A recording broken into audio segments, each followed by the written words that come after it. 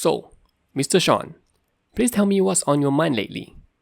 Well, I just feel like I've been losing a lot of motivation and passion for anything really. I don't really know what's the point anymore, and there's no goal I'd want to achieve. Is it over for me? No, Mr. Shaun, it's not over yet. I think you need something that'll help you in making your life a bit more interesting. What is it, Doc? Check this out. What even is this intro? Today, we'll take a look at this game called Monica's Newlywed Life. In this game, we're playing as Monica, and she's married to Cal, green hair cuck. Before that, let's go all the way back to the beginning. Monica and Cal, alongside two other girls, aim to defeat the Demon Lord. But halfway through that journey, they've learned that some other party has defeated the Demon Lord instead, so they kinda gave up adventuring and decided to settle down in this town. Long story short, they will need a lot of money to have residency in this town, and often start earning money in their own way. You, Monica, has a 60-day deadline to earn $1 million gold, and your best choice is to do some quirky part-time jobs that definitely don't include getting you sexually harassed. Anyway, TLDR, you need money, work to get money, and love sex in the process.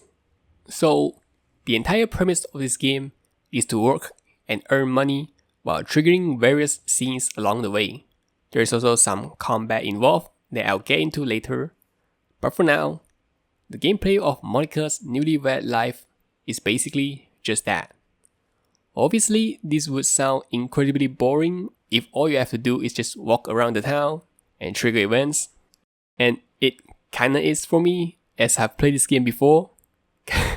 God damn it, the fucking Squid Game scene is rolling my brain. I've finished this game before, so I've experienced most things this game has to offer. However, as a first time player, this game will be the most exciting ever, because you know, this will later be a fire jerk-off material. As a H game, Monica's Newlywed Life is superb in making everything more H game. I don't know how to explain it. For starters, there's a diary system that records what Monica has done for that day and her thoughts on it. You can see how she feels about getting, it's certainly interesting to see her slowly transform into a more open person. And there is also a system where you get to control Cal and ask Monica about her job, which a lot of the time, she'll either brush away it or speak in a very vague way. It's super fun to see her go from a lovingly cute wife to a freak. There is also a small but interesting detail, which is the NPCs around the town will comment on Monica's appearance based on what she's currently wearing. If she's wearing a normal getup, NPCs would be more neutral or polite towards her. If she's wearing a skimpier outfit, NPCs will react more shocked and be cruder towards her. It's small additions like this that made me fall in love with this game. What I don't love, however, is the combat. So other than part-time jobs, you can also choose to accept quests from the guild. You will then be sent to a field map, and there will be roaming monsters around.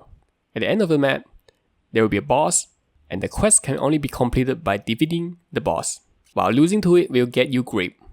The combat of this game is so bare-bone, and there's no level up system or anything. You just need to have good weapons or armor if you want to win. Or, if you got down to 0 guild, you can get naked and it grants you unbelievably high stat boosts for some reason. At that point, you can steamroll enemies in the game, and you're basically... If you're expecting any plot in Monica's Newlywed Life, you'll be pretty disappointed because the plot is almost non-existent, and the characters are as shallow as they could get. Monica is kinda tsundere, but not really. Sophia is the typical one-san, Minnie is a cat, and Cal is the pathetic cat. All of the characters are pretty one-dimensional, and none of them is that interesting. The only thing I find funny about all of the female cast is that they all folded way too easily. Like, Yeah, boy. no, stop touching me. I'm a married woman, and I don't have to know what you're doing right now is against the law. Nuh-uh.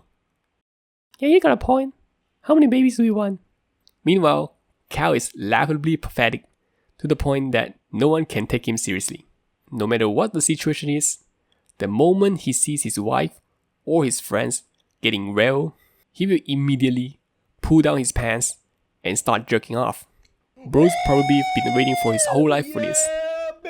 What I'm trying to say is that the characters are all very shallow, so there's really not much to worry about whether you feel too sad or too depressed because of NTR.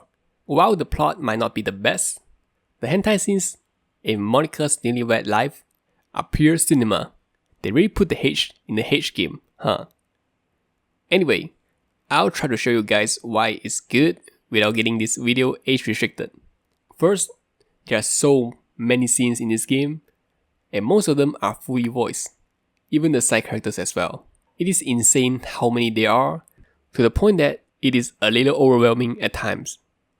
Although there is a lot of repeated usage of CGs, it's easily made up with the voice acting and the variety of scenes. You have hypnosis, time stop, tentacles, pregnancy, brothel, chatterbait even. There are so many quirky scenes in this game that having repeated CGs doesn't even seem like that big of a deal anymore. You can also customize Monica's bust size as well, which was shown in all of the scenes, and sometimes the guys might also comment on it. In short, the entire part of this game is absolute cinema. Honestly, I don't know how much more I can glaze this game. It just did what needs to be done for a H game. If I really have to pick something that I don't like, it's probably going to be the replayability of this game. In terms of replayability, this game has none. There isn't really a reason to start a second playthrough other than collecting every scene or achieving our endings. I mean, you could replay the game again for those reasons, but I suggest just unlocking all the scenes after finishing it once, since you have probably experienced most of the things this game has to offer during the first playthrough. And the second playthrough will most likely feel like a slog to go through. Other than that, I do genuinely think this game is a must play, and you should go try it out as well. In conclusion, I'll give Monica's Newlywed Life an incredible 9 out of 10. NTR enjoyer, we are so back.